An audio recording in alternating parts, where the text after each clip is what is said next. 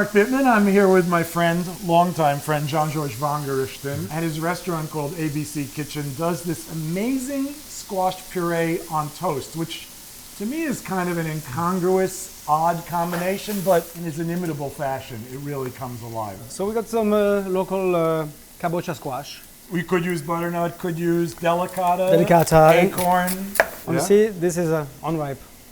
Really? Yeah, so you have to probably leave another week outside. You want it to be really orange. And then you just catch wedges of it. It doesn't have to be that precise, but we're taking try to take all the skin away. So then we're gonna toast it with some salt, some olive oil, yeah, and some chili flakes.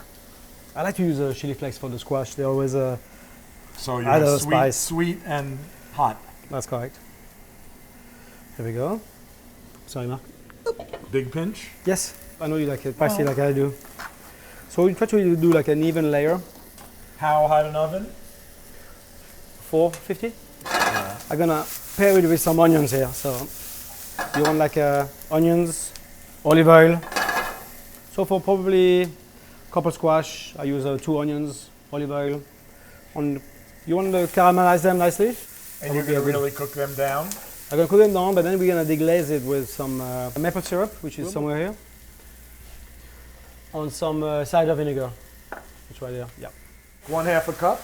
Yes. And 1 cup of vinegar. Cider vinegar. Yeah.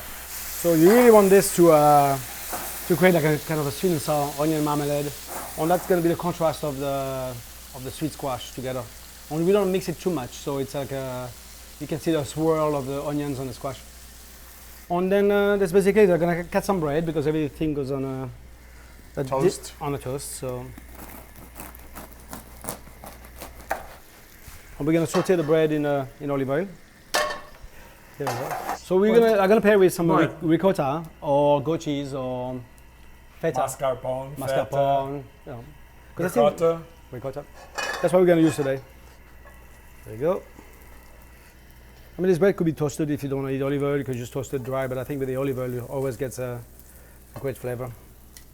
This was about a half an hour, but this took about a half an hour also. Yeah, they both probably took about the same time. Look how beautiful, though, with the caramelized. The edges on the... It's messy in a way. You know, it's not a perfect puree. It's really a kind of chunky... Chunky. Yeah. I'm going to add onions, probably 2 to 1. 2 squash, 1 onions.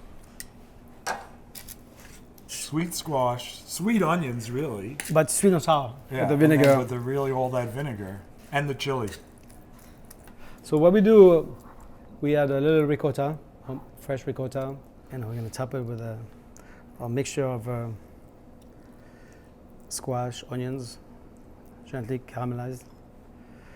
Then we're going to add a little bit of mint for freshness. You know how I feel about herbs. I never chop them too fine. Yes. You lose a lot of some texture. That is gorgeous.